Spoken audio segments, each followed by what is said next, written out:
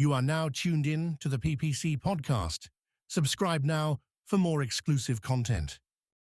So the MPC, which is the Monetary Policy Committee Yeah. at the Bank of England, it's a group of 9 members. Yeah. 5 voted to reduce the bank rate by 0.25%, and the remaining 4 wanted to keep it at 5.25%.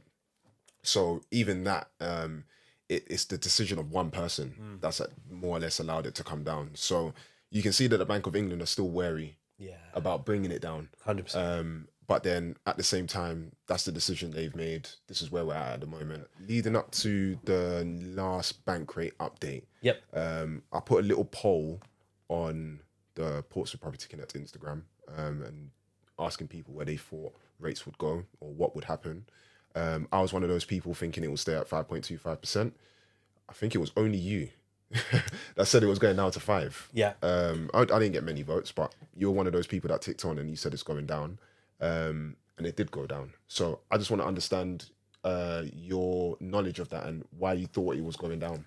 Yeah, I think that the general forecast is that we're expecting rates to potentially drop down a little bit further still. But this is the bit that I don't think many people maybe get. Now, I do think that the rate drop is also like a bit of an artificial drop.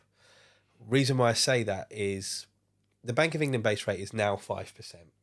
And most of the high street mortgages you get that are being charged are lower than that. I'm oversimplifying, but think about if the Bank of England rate, what the banks are borrowing money off each other at, is 5%, but they're charging less than that. It's a bit like Asda or Tesco's buying in their goods, but selling it cheaper. And it was, well, why would they do that? Well, if we think about it historically, the stock of the banks is the money, and they haven't really been able to lend that money over the last 18 months or so because of the rate rises. Of course. Mortgages dropped by about a third, if not more, over that period. Wow. So there's a stockpile of money that they need to lend because if they're not lending it, they're not earning the interest on it. Of course. So they need to get rid of it. So how do you get rid of it? You sell it a little bit cheaper, but you also create more interest in the market by, actually, maybe it's not as bad as we thought it was. I want to get involved. Yeah. So they start lending money. So what we would see is the base rate come down, but there's going to be a point where it's going to typically, the Bank of England needs to get below where lenders are charging at the moment. Now, when the rates come down, what I do think is going to happen is 2-year fixed rates have been more expensive than 5-year fixed rates recently. I do think that now there seems to be a bit of an impetus that rates might start to creep down slowly and gradually, that 2-year borrowing will become cheaper, but 5-year fixed rates will probably stay around the same. What is a headline rate, which gets people grabbing for, I want to borrow money, is when it dips below 4%, which we've seen 1 or 2 of the lenders do now. Okay. But it's more of a rates have dropped, and then everybody's going, has my rate dropped? What's happening on the market? Can I get cheaper deals now? And it's wondering then whether or not that's the right thing to do to get involved, or what type of mortgage to get involved in then. But what we're going to see is those rates will probably hold over a while and very, very fractional drops. So if the Bank of England drops by 0.25%, the lenders might drop by 0.5. Okay. 0.05, sorry. Yeah. So it's a fractional drop because it does eventually need, the Bank of England should start to come below what the lenders are then charging.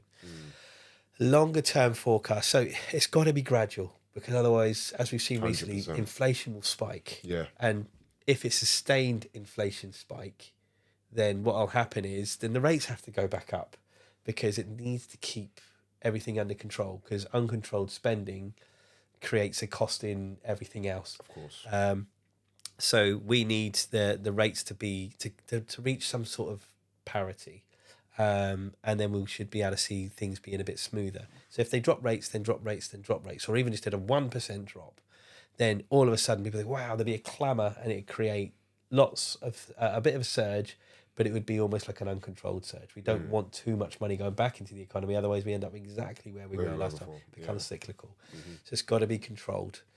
So my general feeling is, assuming that there are no pandemics, wars, financial meltdowns anywhere, is that I do think that the Bank of England base rate over the next 18 months will come down to 4%, maybe even down as low as 3.5%. Again, lots of variables within that. Yeah. That it could come down to that, with the lenders charging their small margin above that once everything settles. So yeah, that's what my longer term forecast is, which is encouraging. Yeah.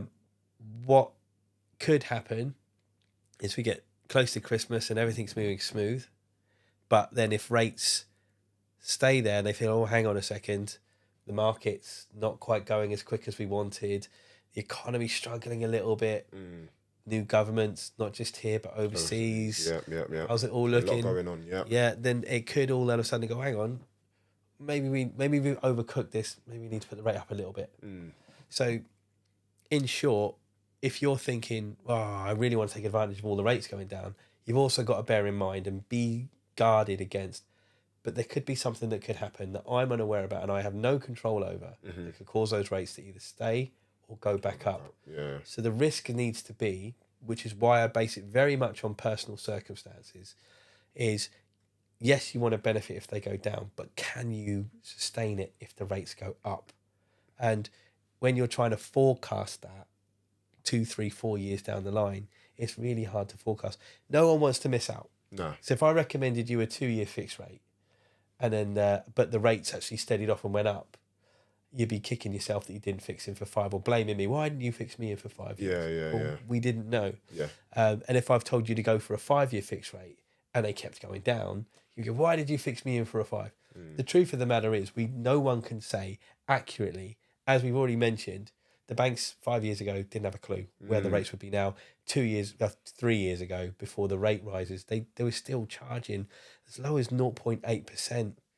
Crazy. Just 3 years ago. Yeah. And now we would look at that and go, oh my God. Yeah. How did they not know? And this is the banks themselves that are lending the money.